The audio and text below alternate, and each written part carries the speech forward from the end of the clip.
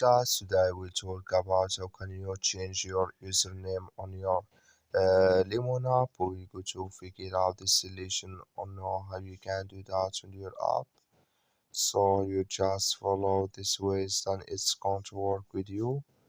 So all you have to do, you just go down here, click in this sign down here. When you just click on it, it's going to take you to your profile. It's going to show for you like this. Then all you have to do now, so you just go above this, sorry, or you just click on edit profile here, you click on it. Then it's going to take you to next step here. You come here to username, just click on it here. Then it's going to show for you like this. Then here you add your or change your username here. Then you click here on done. Then it's going to add with you. That's all you have to do. Thank you for watching. Don't forget to support us by liking and subscribe.